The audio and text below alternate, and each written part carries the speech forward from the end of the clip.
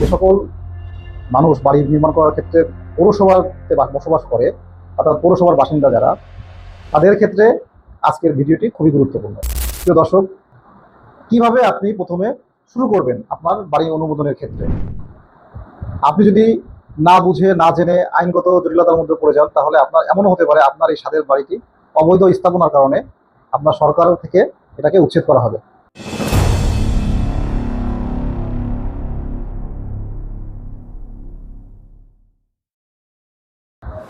আসসালামু আলাইকুম প্রিয় দর্শক, আপনারা নিশ্চয়ই ভালো আছেন। আমি প্রকৌশলী মোহাম্মদ মনিরুজ্জামান। আমি আপনাদের সামনে বিভিন্ন বিষয়ে, বিশেষ করে বাড়ি নির্মাণ সংক্রান্ত বিষয়গুলো নিয়ে বিভিন্ন তথ্য উপস্থাপন করে থাকি। প্রিয় দর্শক, আজ আমি আপনাদের সামনে যে বিষয়টা নিয়ে আলোচনা করতে যাচ্ছি, এটা বাড়ি নির্মাণ করার ক্ষেত্রে খুবই গুরুত্বপূর্ণ একটা বিষয়। বিশেষ করে যে সকল মানুষ বাড়ি নির্মাণ করার ক্ষেত্রে পৌরসভাতে বসবাস করে, অর্থাৎ পৌরসভার বাসিন্দা যারা, তাদের ক্ষেত্রে আজকের ভিডিওটি খুবই গুরুত্বপূর্ণ। প্রিয় দর্শক, আপনি যদি পৌরসভার মধ্যে একটা বাড়ি নির্মাণ করতে চান, তাহলে প্রথমেই আপনাকে চিন্তা করতে হবে পৌর কর্তৃপক্ষ থেকে কিভাবে আপনি অনুমোদনটা করাবেন। যদি আপনি অনুমোদন না করিয়ে আপনি বাড়ি নির্মাণ করেন, সেক্ষেত্রে আপনাকে বিভিন্ন ধরনের আইনগত জটিলতার মধ্যে পড়তে হবে। আজকাল বিভিন্ন পত্রপত্রিকা যদি আপনারা দেখেন, তাহলে দেখবেন রাজুক থেকে বা বিভিন্ন পৌরসভা থেকে বিভিন্ন অবৈধ স্থাপনাকে ভেঙে গুড়িয়ে দেওয়া হচ্ছে। প্রিয় দর্শক, একটা বাড়ি নির্মাণ করতে গেলে একজন মানুষের সারা জীবনের সঞ্চয় দিয়ে বাড়ি নির্মাণ করে থাকে।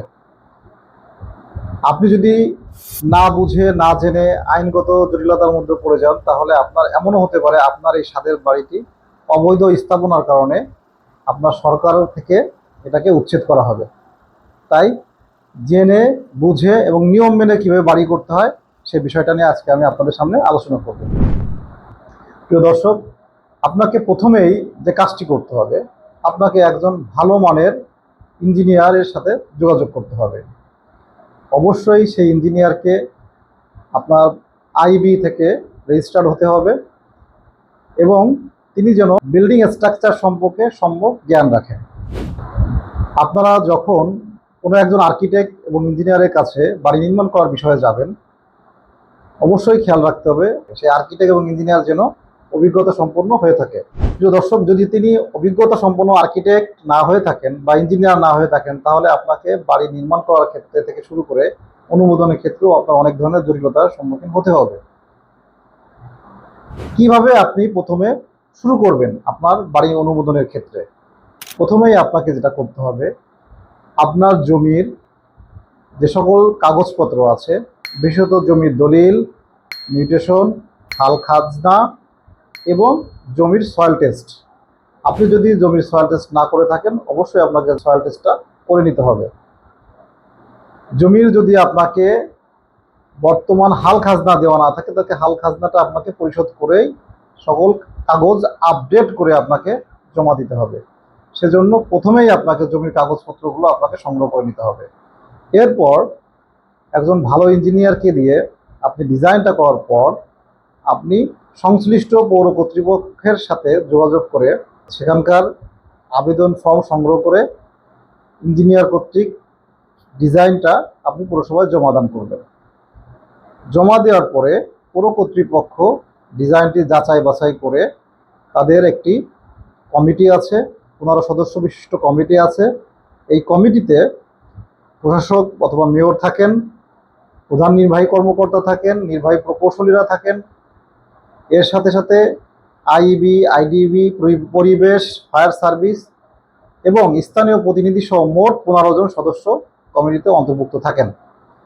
এই কমিটির সদস্যরা আপনার এই প্ল্যানটি যাচাই বাছাই করে দেখবে যে আপনার প্ল্যানে কোনো ভুল ভ্রান্তি আছে কিনা। প্রিয় দর্শক, আমি আবারও বলছি, প্ল্যান অনুমোদনের ক্ষেত্রে অবশ্যই আপনার যদি অভিজ্ঞ ইঞ্জিনিয়ারের সহযোগিতা না নিয়ে থাকেন, তাহলে কিন্তু পৌর কর্তৃপক্ষ আপনার প্ল্যানটি বাতিল করে দিতে পারে।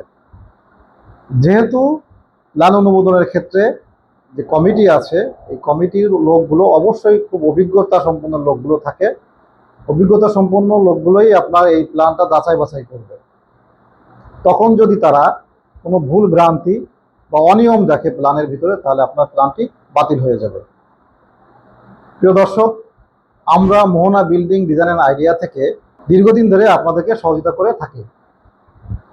প্রিয় দর্শক, আমাদের প্রতিষ্ঠান থেকে যদি আপনারা বিল্ডিং নির্মাণ করেন এবং আমাদের প্রতিষ্ঠান থেকে যদি বাড়ি নির্মাণ করার ক্ষেত্রে পৌরসভার অনুমোদনের জন্য যোগাযোগ করেন, তাহলে আমরা পৌরসভার অনুমোদনের ক্ষেত্রে সব রকমের সহযোগিতা করে থাকি।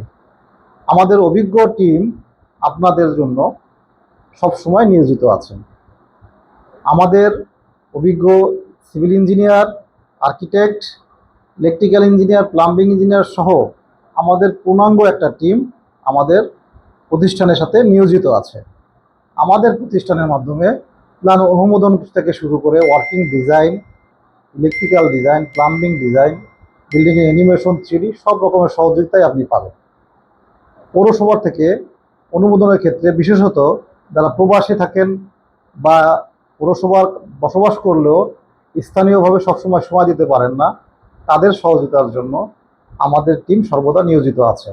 আমাদের নিজস্ব লোকবলের মাধ্যমে ডিজাইনটা তৈরি থেকে শুরু করে একদম অনুমোদন করানো পর্যন্ত সকল প্রসেসটা আমরাই করে থাকি।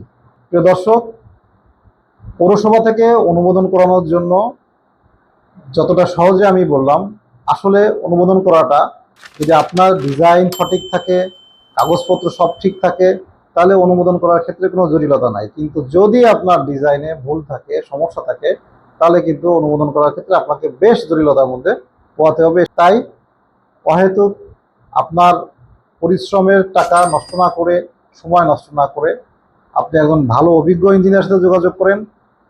যদি আপনি আমাদের সাথে যোগাযোগ করেন, তাহলে আমরা আপনাদেরকে সঠিক সেবাটা দেওয়ারই চেষ্টা করব। প্রিয় দর্শক, আজকে এ পর্যন্তই। আসসালামু আলাইকুম।